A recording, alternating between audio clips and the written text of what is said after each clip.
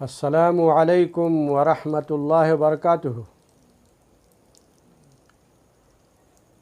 अल्हम्दुलिल्लाहि रब्बिल आलमीन वस्सलातु वस्सलामु अला मुहम्मदिन व अला आलिहि व सहबिहि अजमाइन व मन तबिअहुम बिइहसानिन इला यौमिद्दीन। प्यारे इंसानी भाइयों, आज मैं आपकी खिदमत में संदेश अल्लाह का विश्व के नाम यानी अल्लाह का पैगाम दुनिया के नाम इस प्रोग्राम के तहत आपकी खिदमत में हाज़िर हुआ हूँ और कुरान करीम की एक सूरत आपके सामने पेश कर रहा हूँ। अल्लाह से दुआ है कि हमें उसको अच्छी तरीके सुनने समझने और उसके मुताबिक नसीहत हासिल करने की तौफ़ीक़ अता फ़रमाए। अऊज़ु बिल्लाहि मिनश शैतानिर रजीम, बिस्मिल्लाहिर रहमानिर रहीम। अलम तरा कैफ़ फ़अल रब्बुका बिअस्हाबिल फ़ील अलम यजअल कैदहुम फ़ी तज़लील व अरसल अलैहिम तैरन अबाबील तरमीहिम बिहिजारतिम मिन सिज्जील फ़जअलहुम कअस्फ़िम माकूल। अल्लाह ताला ने फ़रमाया कि ऐ नबी, क्या आपने नहीं देखा? ये सवाल है अल्लाह की तरफ से इस बात को साबित करने के लिए, यानी आपको वो वाक़या मालूम है और मशहूर है। तो अल्लाह ने फ़रमाया कि ऐ नबी, क्या आपने नहीं देखा कैफ़ फ़अल रब्बुका बिअस्हाबिल फ़ील कि आपके रब ने हाथी वालों के साथ क्या किया। अलम यजअल कैदहुम फ़ी तज़लील, क्या उनके जो चाल थी उनको बेकार नहीं कर दिया, उनकी चाल को गुमराह नहीं कर दिया। वारसला अलैहिम तैरन अबाबील, और उनके ऊपर चिड़ियों के या परिंदों के झुंड नहीं भेज दिए। तरमीहिम बिहिजारतिम मिन सिज्जील, जो उनको पत्थरों और मिट्टी के कंकरों से उनको मारते थे वो परिंदे। फ़जअलहुम कअस्फ़िम माकूल, तो उनको खाए हुए भुस के तरीक़े से कर दिया। वाक़या ये है कि यमन की जो राजधानी है सनआ, वहाँ का गवर्नर, उसका नाम था अबरहतुल अशरम, जिसको हबशा के बादशाह ने मुकर्रर किया था।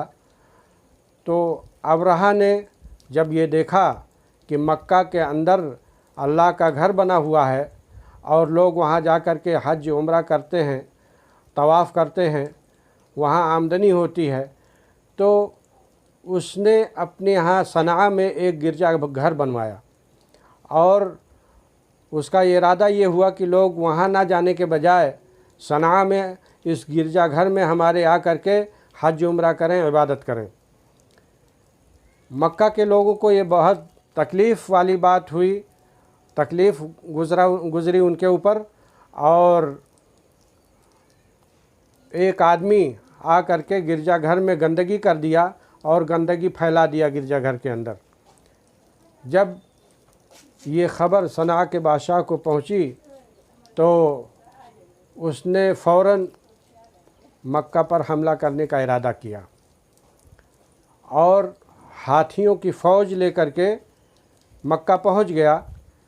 और मक्का पहुंचने के बाद वहाँ जब पड़ाव डाला मक्का से करीब, तो वहाँ खाने काबा के जो मुतवल्ली थे, जो ज़िम्मेदार थे, मोहम्मद सल्लल्लाहु अलैहि वसल्लम के दादा अब्दुल मुत्तलिब, वो उसके निगहबान थे। उसने उनके ऊँटों को हकवा लिया और पैगाम भेजा कि मैंने तुम्हारे ऊँटों को काबू में कर लिया है, तुम आओ अपना ऊँट मुझसे छुड़ाओ और मुझसे लड़ाई की तैयारी करो।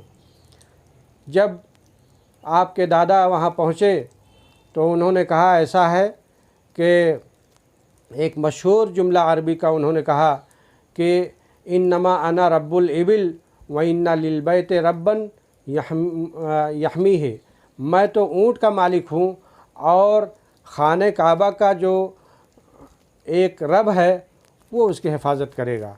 उन्होंने कहा मेरा ऊँट मेरे हवाले कर दो, खाने काबा का जो है उसका मालिक कोई दूसरा है, उसकी हिफाजत वो करेगा। उसने कहा मैंने तुमको समझा था कि कोई होशियार आदमी हो, लेकिन अब पता चला कि तुम्हारे अंदर कोई खैर नहीं है। बहरहाल उसने ऊँट वापस कर दिया। आपके दादा ने मक्का वालों को ले करके पहाड़ पर चढ़ गए और अब्रहा ने पूरी ताकत के साथ चढ़ाई की। हाथियों को मक्का की तरह खाने काबा पर चढ़ाई करने के लिए हाँक दिया, और जब उसने मिना और मुज़दलिफ़ा के बीच में एक जगह है, उसका नाम वादी मुहस्सर है, वहाँ जब पहुँचता है तो हाथी आगे ही नहीं बढ़ते हैं, उनको मारता है। हाथी अपना माथा टेक लेते हैं और आगे ही नहीं बढ़ते हैं। जब पीछे की तरफ हाँकता है तो वो सरपट दौड़ने लगते हैं, लेकिन जब मक्का की तरफ दोबारा फिर हाँकता है फिर वो नहीं बढ़ते हैं। आखिरकार मजबूर होकर के जब उसने सोचा कि अब काम चलने वाला नहीं है, हाथी साथ नहीं देंगे, तो उसने सोचा कि अब पैदल हमला करते हैं।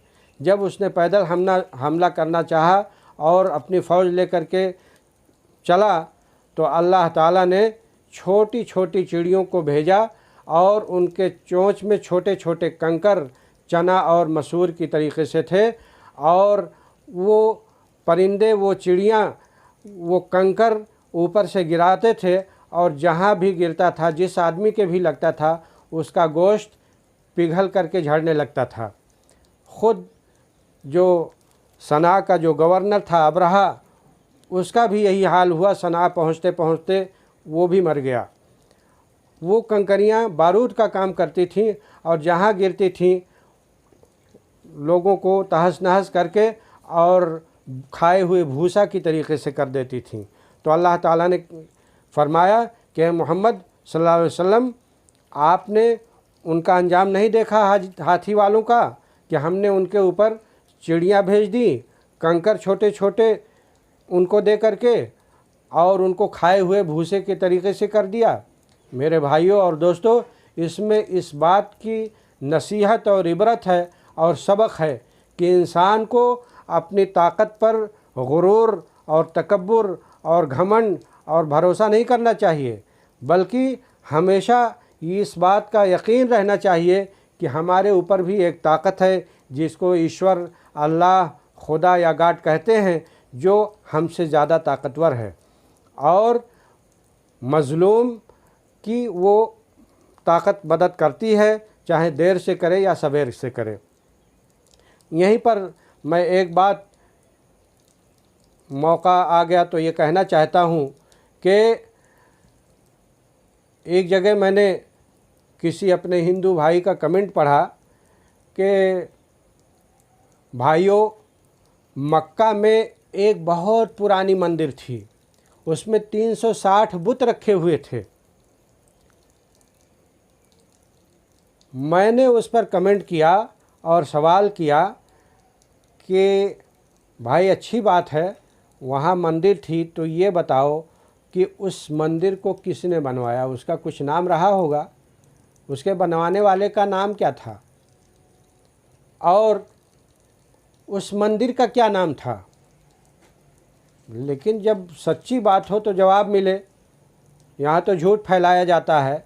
बहरहाल हकीकत ये है कि खाने काबा तो इब्राहीम अलैहिस्सलाम ने बनवाया था, और अल्लाह की मर्ज़ी से बाप और बेटे मिल कर के बनाए थे, और जब लोग उनके रास्ते से भटके तो धीरे धीरे मूर्ति पूजकों ने, बुत परस्तों ने उसके अंदर मूर्तियां रख दी, और अल्लाह के रसूल सल्लल्लाहु अलैहि वसल्लम ने उस घर को उन मूर्तियों से साफ़ किया।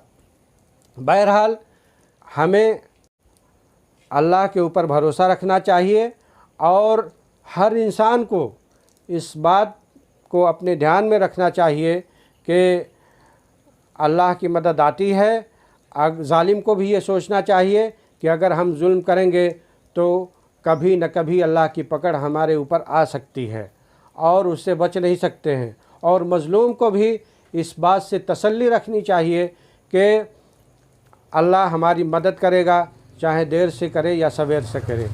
अल्लाह से दुआ है कि हमें इस वाक़या से सबक हासिल करने की तौफ़ीक़ दे, और जो लोग भी इस तरीक़े से जुल्म करने का इरादा करते हैं वो इस वाक़या से सबक लें और अपनी ज़िंदगी में सुधार पैदा करें और अल्लाह, ईश्वर और खुदा की बातों को समझने की कोशिश करें।